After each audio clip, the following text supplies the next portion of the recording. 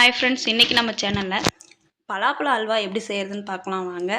இந்த அல்வாவை ரொம்ப ஈஸியாக செஞ்சிடலாம். இதுக்கு நமக்கு மெயினாக தேவையானது பலாப்பழம் மட்டும்தான். நான் இன்றைக்கி ஒரு பலாப்பழத்தை சின்ன சின்ன பீஸாக கட் பண்ணி அதை குக்கரில் வேக வச்சு ஒரு விசில் விட்டு இறக்கி வச்சுருக்கிறேன். அதை ஒரு மிக்ஸி ஜாரில் மாற்றி பேஸ்ட்டாக அரைச்சி வச்சுருக்கிறேன். இதுதான் இப்போ நமக்கு மெயினாக தேவை. அடுத்து ஒரு கடாயை அடுப்பில் வச்சு அதில் சூடு ஏறினோடனே நெய் ஊற்றுறோம். அதிகமாக நெய் தேவை கிடையாது. உங்களுக்கு தேவைன்னா நெய் சேர்த்துக்கோங்க. எங்களுக்கு நெய் அதிகம் பிடிக்காது அப்படின்றதுனால லைட்டாக சேர்த்திருக்கேன்.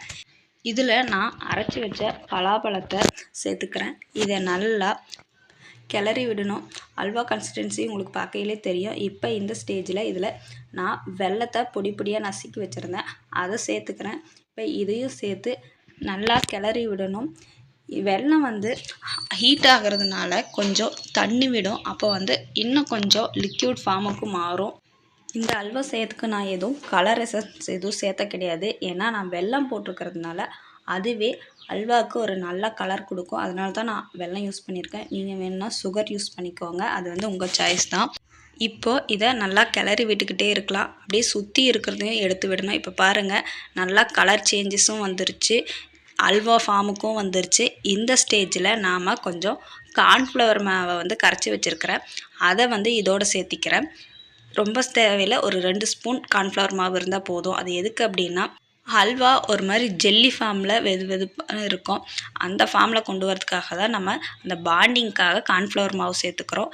இப்போ இதை நல்லா கிளறி விட்டுக்கலாம். இப்போ பாருங்கள், நல்லாவே அல்வா ரெடி ஆகிடுச்சு. இது இன்னும் கொஞ்சம் நேரம் கிளறி விட்டோம் அப்படின்னா இன்னும் கொஞ்சம் கெட்டியாயிரும். பலாப்பழத்தை வாங்கினீங்கன்னா கண்டிப்பாக ஒரு டைம் இந்த மாதிரி ட்ரை பண்ணி பாருங்கள். இது ரொம்ப ஈஸியாக செஞ்சிடலாம். இந்த ஸ்டேஜில் நான் ஒரு கொஞ்சம் மட்டும் நெய் சேர்த்திக்கிறேன். இப்போ திரும்பவும் இதை நல்லா நான் கிளறி விடுறேன். இப்போ பாருங்கள், அல்வா ஸ்டேஜுக்கு முந்தின ஸ்டேஜுக்கு வந்துருச்சு. இதை இன்னும் கொஞ்சம் நேரம் அப்படியே கிளறி விட்டோம் அப்படின்னா நல்லா திரண்டு வந்துடும். இந்த ஸ்டேஜில் கொஞ்சமாக நான் ஏலக்காய் சுக்கு நசுக்கி வச்சுருக்கிறேன், அந்த பொடியை சேர்த்திக்கிறேன். இது நம்ம வாசனைக்காக தான் சேர்த்திக்கிறோம். இப்போ பாருங்கள், அல்வா சூப்பராக ரெடி ஆகிடுச்சு. இந்த வீடியோ உங்களுக்கு பிடிச்சிருந்தா லைக் பண்ணுங்கள், ஷேர் பண்ணுங்கள், சப்ஸ்கிரைப் பண்ணுங்கள். தேங்க்யூ.